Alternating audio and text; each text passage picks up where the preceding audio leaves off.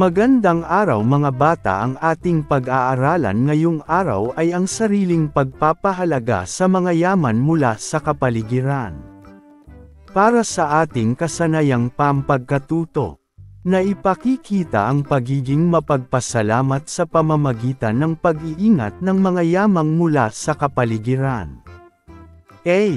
Nakakikilala ng mga paraan ng pag-iingat sa mga yaman mula sa kapaligiran. B. Naiuugnay na ang sariling paraan ng pag-iingat sa mga yaman mula sa kapaligiran ay pagpapasalamat sa mga biyayang tinatamasa. C. Naipahahayag ang pagpapasalamat sa mga yaman na mula sa kapaligiran. Kapaligiran. Ang kapaligiran ay tumutukoy sa mga bagay na makikita sa ating paligid.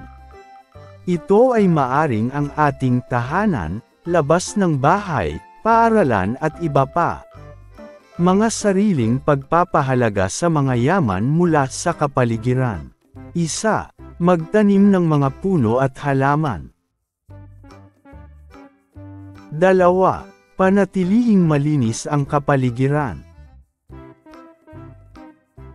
3. Wastong paggamit at pagtitipid ng tubig. 4. Huwag magtapon ng basura sa ilog at dagat. 5. Pagbubukod ng mga basura mula sa nabubulok at di nabubulok. 6. Mag-recycle ng mga basura. 7. Magdilig ng mga halaman. 8. Huwag magsiga ng mga kalat. 9. Magpulot ng mga basura. 10. Pahalagahan ang lahat ng nilikha ng Diyos.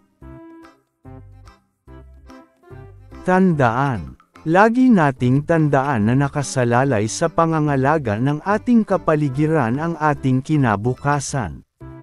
Ipinagkatiwala sa atin ng Diyos ang pangangalaga sa kanyang mga nilikha, kung kaya't nararapat lamang na linangin natin at pagyamanin ang ating kapaligiran at mga bagay na handog ng kalikasan sa atin.